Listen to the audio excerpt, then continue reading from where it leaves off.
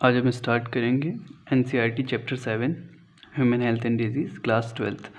इसके अंदर जो टॉपिक्स अपन कवर करेंगे 7 टॉपिक्स में पूरा चैप्टर है, जिसके 4 वीडियोस होंगे। तो पहला वीडियो में अपन कवर करेंगे definition of health and type of disease and common diseases in human. Second वाले वीडियो में अपन कवर करेंगे इम्यूनिटी। थर्ड वीडियो में अपन कवर करेंगे AIDS, cancer and malaria. Fourth video में अपन कवर करेंगे ड्रग्स एंड अल्कोहल अब्यूज़। ठीक है, तो चलो फर्स्ट वीडियो से स्टार्ट करते हैं। जो फर्स्ट वीडियो है वहाँ पे स्टार्ट होता है अपना क्या, हेल्थ और कॉमन डिजीज़। तो सबसे पहले आती है हेल्थ की डेफिनेशन। ठीक है, जो ओल्ड कॉन्सेप्ट में थी वो थी health was considered as state of body and mind where there was balance of certain humours. ठीक है, ह्यूमर्स का मतलब होता है जो बॉडी के अंदर जो फ्लूइड्स प्रेजेंट होते हैं। ठीक है, तो इसका मतलब इन्होंने क्या बोलता कि हेल्थ बॉडी की वो स्टेट है जहाँ पे बॉडी के एंड माइंड के बीच में कुछ ह्यूमर्स का बैलेंस होता है। ठीक है, मतलब इसका क्या होता है, उन्होंने बोला था कि person with black bile will have hot personality and will have fever. ठीक है, मैंने बोला था जिस पर्सन की बॉडी के अंदर ब्लैक बाइल प्रेजेंट होगा उसकी पर्सनैलिटी काफ़ी हॉट होगी एंड उसी बंदे को फीवर होगा। ठीक है, तो इसको क्या नाम दिया था, गुड ह्यूमर हाइपोथेसिस। ठीक है, ये कौन मानता था, इंडियन आयुर्वेद और अर्ली ग्रीक हिप्पोक्रेट्स। ठीक है, फिर एक साइंटिस्ट आते हैं William Harvey.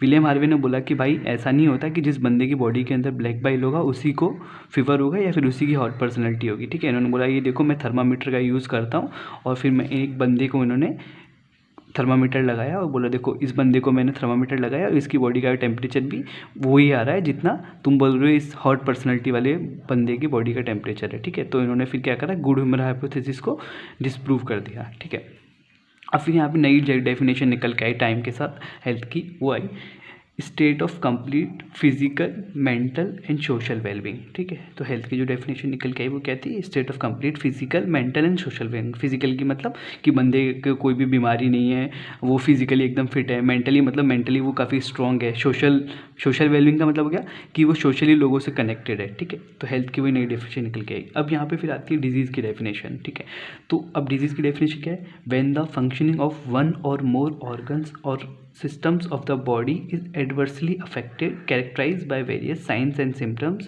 we say that we are not healthy। ठीक है, अब इसको समझाता हूँ मैं।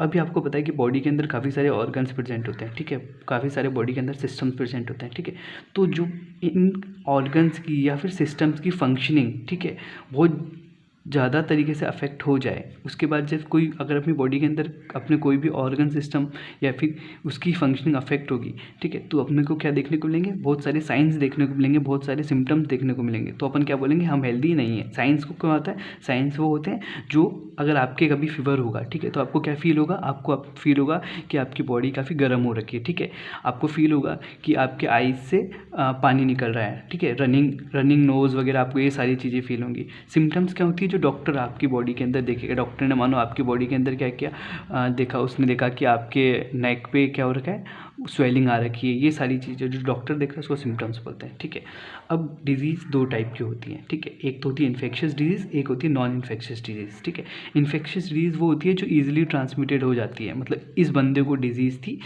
मानो इसको कॉमन कोल्ड था, ठीक है, तो इसने स्नीजिंग वगैरह कुछ भी किया, उससे ये इसमें ट्रांसफ़र हो गई। ठीक, तो ये क्या होती है, ईजिली ट्रांसमिटेड डिजीज़ होती है, बहुत ज़्यादा कॉमन होती है। जैसे आपने देखा होगा कॉमन कोल्ड वगैरह बहुत ज़्यादा कॉमन होती है। इसी में एक डिजीज़ आती है एड्स। ठीक है, वो काफ़ी फैटल डिजीज़ होती है। ये आपको अपना इसके बारे में आगे ठीक से पढ़ेंगे।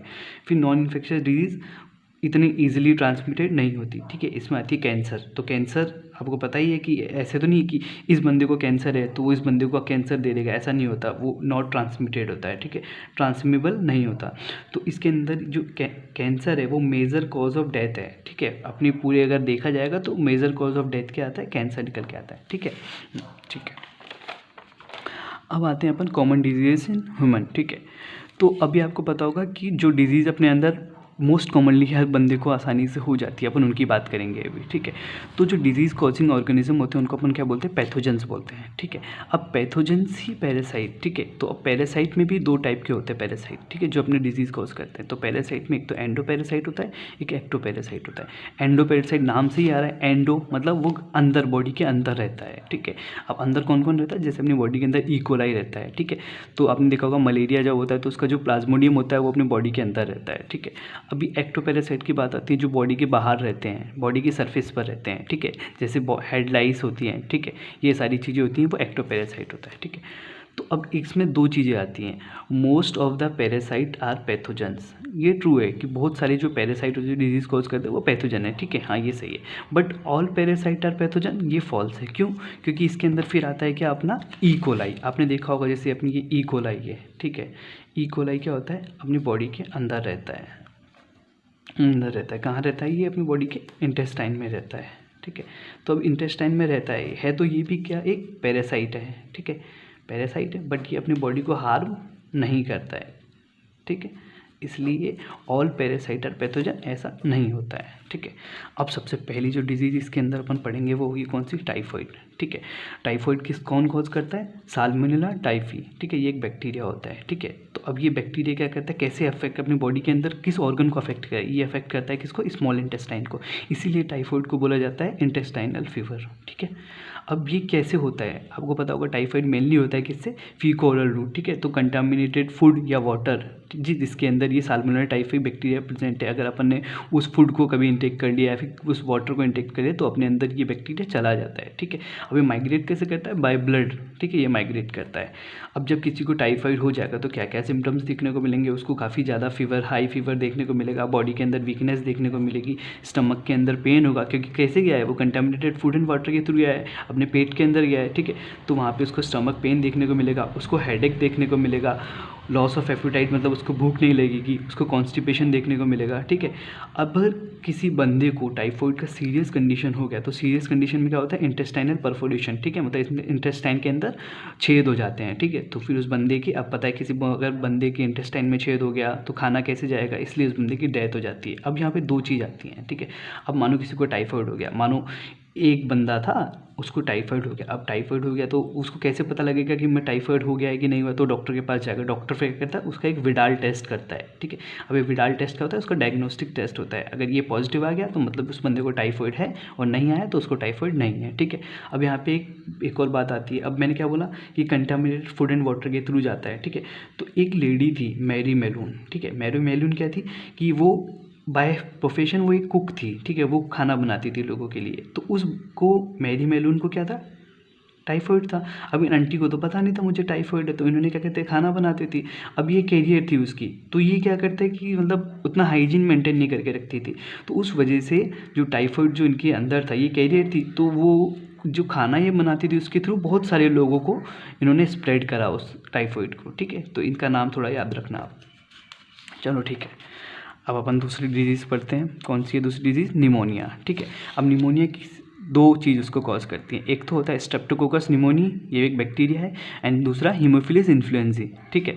अब ये निमोनिया आपको पता है, निमोनिया अपन छोटे बच्चों को बोलते हैं, उसको निमोनिया हो गया तो इसमें कौन सा ऑर्गन अफेक्ट होता है? अपनी लंग की एल्वेलाई, ठीक है, मतलब लोअर रेस्पिरेटरी ट्रैक्ट वाला, ठीक है, वो लंग की एल्वेलाई में। तो क्या होता है इनकी इसके अंदर फ्लूइड का एक्यूमुलेशन होने लगेगा, वो अपना जो रेस्पिरेटरी सरफेस है, ठीक है, वो थोड़ा कम हो जाएगा, तो बंदा ठीक से सांस नहीं ले पाएगा, ठीक है। अब ये कैसे होता है? अब मानो किसी एक बंदे को निमोनिया हो गया तो दूसरे को कैसे स्प्रेड करेगा? तो मानो इनहेलेशन ऑफ ड्रॉपलेट और एरोसोल, ठीक है, या फिर sharing utensil with infected person, ठीक है। समझ में आया?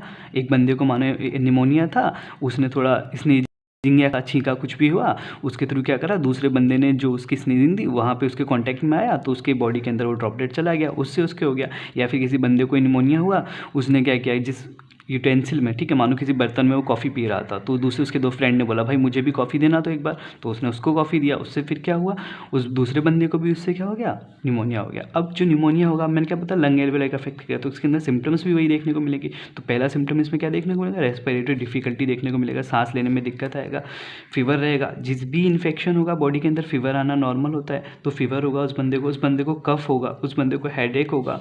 और अगर सीरियस कंडीशन हुआ निमोनिया का, तो जो उसके लिप्स होंगे, ठीक है, उसके होठ होंगे और फिंगर नेल्स होंगे, ये जो वाली चीज़ होगी वो टर्न कैसी हो जाएगी, वो ग्रे टू ब्लूइश दिखने मिलेगी, ठीक है, इन सीवियर कंडीशन है, ठीक है, ये समझ आ गया। अब ये दो बैक्टीरियल डिजीज अपने पढ़। अब कुछ और बैक्टीरियल डिजीज होती है, जैसे कभी आपको एमसीक्यू पूछ ले या फिर ये पूछ ले 1 मार्क में कि और बैक्टीरियल डिजीज कौन कौन सी है, तो उसमें आती है डायसेंट्री देखने को मिलती है, प्लेग आपको पता ही है, एंड डिप्थीरिया देखने को मिलता है, ठीक है, इनका सिर्फ नाम याद रखना है आपको। अब आते हैं जो मोस्ट कॉमन जो डिजीज़ अपने अंदर देखने को मिलती है, कॉमन कोल्ड, हर किसी को पता है कि वायरल फीवर हो गया है, तो वही वाली।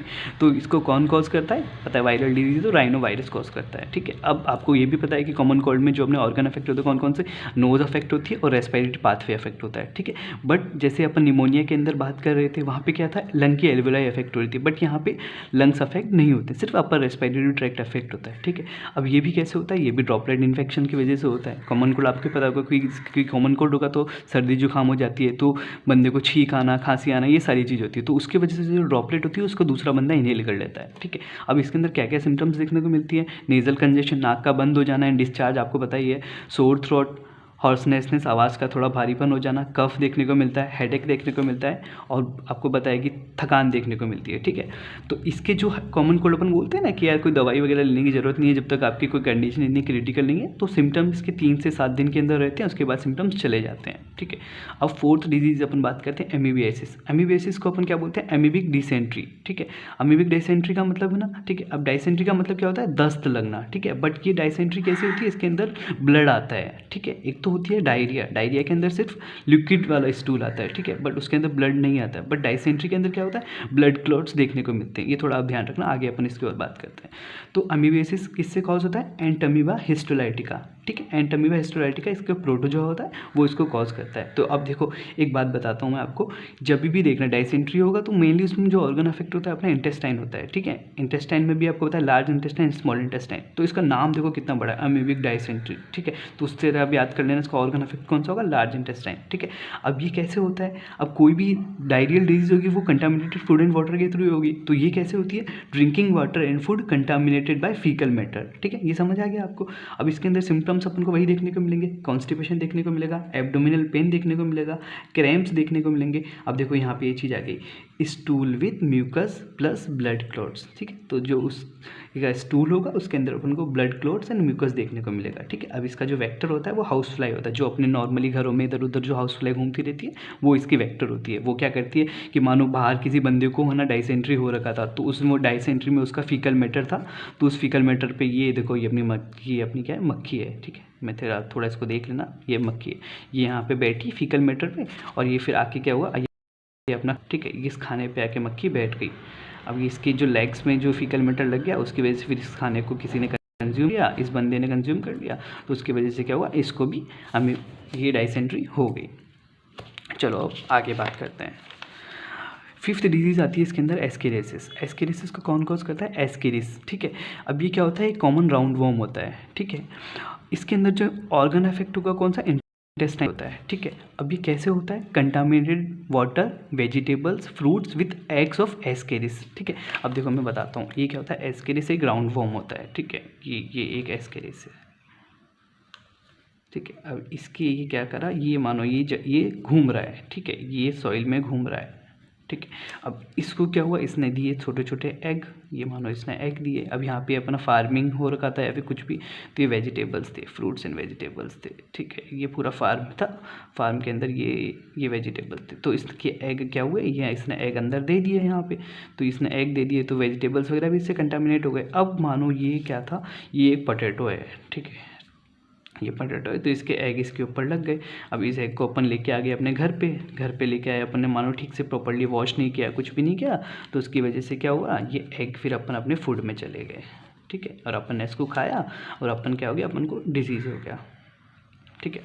तो अब ये कैसे हो रहा है, contaminated water, vegetable, fruit with eggs of Ascaris, ठीक है। अब इसके अंदर क्या सिम्टम्स देखने को मिलेंगे, वही इंटरनल ब्लीडिंग देखने को मिलेगी, मस्कुलर पेन देखने को मिलेगा, फीवर देखने को मिलेगा, एनीमिया देखने को मिलेगा, ब्लॉकेज ऑफ इंटेस्टाइनल पासेज। ये क्यों होगा, अब मानो ये अपन ने खा लिया, ठीक है। अब ये अपनी बॉडी के अंदर भी ग्रो करने लगेगा एस्केरिस, ठीक है, अपनी बॉडी के अंदर ग्रो करेगा। मानो ये अपन ने इसको खा लिया, अपनी बॉडी के अंदर चला गया, ये कोई पर्सन था उसने इसको खा लिया इसकी बॉडी के अंदर, तो ये अपनी इसकी इंटेस्टाइन है, ठीक है। अब इंटेस्टाइन के अंदर भी ये ग्रो करेगा, इंटेस्टाइन के अंदर जब ये ग्रो करेगा तो क्या करेगा, ये इसकी इंटेस्टाइनल पाथवे इसको ये ब्लॉक कर देगा, ठीक है।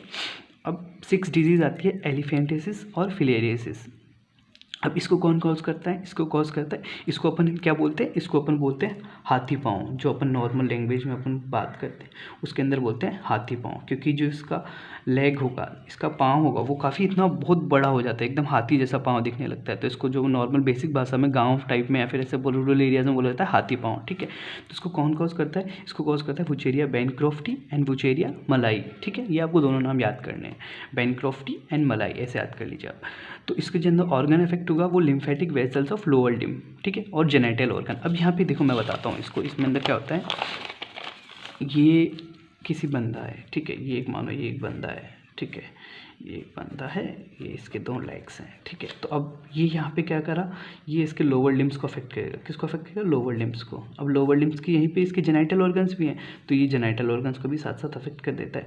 अब जब किसी का पैर था, जो नॉर्मली जो किसी का लेग था, ठीक है, ये मानो किसी का लेग है, तो ये इसने अफेक्ट किया, ठीक है। तो अभी क्या करेगा, इसकी जो लिम्फेटिक वेसल्स हैं, ठीक है, लिम्फेटिक वेसल्स के अंदर चला जाएगा। अब लिम्फेटिक वेसल के अंदर चला जाएगा तो उनके ब्लॉक कर देगा। अब जब मानो ये किसी की लिम्फेटिक वेसल थी, इसने इसको ब्लॉक कर दिया। अब जब ब्लॉक करेगा तो जो ये लिम्फ फ्लो हो रहा था, अब इसका अप साइड जो जाने वाला था अभी नहीं जाएगा, अब सारा का सारा क्या करेगा, इकट्ठा होगा। तो जैसे जैसे इकट्ठा होगा तो वो बढ़ेगा बढ़ेगा बढ़ेगा, ऐसे बढ़ता रहेगा, ऊपर तो जा नहीं सकता है, अभी बढ़ता रहेगा और इसका फिर पैर ऐसे बढ़ता जाएगा। समझ में आया, ठीक है।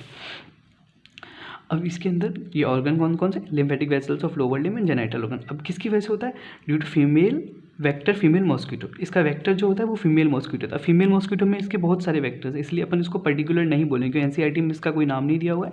वैसे अगर आपको याद करना है तो जैसे अपने एनाफिलीज वाला है वो भी इसका कॉज करता है, तो आपको इतना याद नहीं करना है, आपको सिर्फ याद करना है कि क्या होता है, इसका वेक्टर होता है फीमेल मॉस्किटो, ठीक है। अब इसके अंदर क्या क्या सिम्टम्स देखने को मिलेगी, क्रोनिक इन्फ्लामेशन, बहुत लंबे टाइम तक उसकी इन्फ्लामेशन चलेगी। इन्फ्लामेशन का मतलब एक तरह से जैसे अपना रेडनेस वगैरह देखने को मिलेगी, स्वेलिंग देखने को मिलेगी, क्रोनिक इन्फ्लामेशन लंबे टाइम तक चलेगा।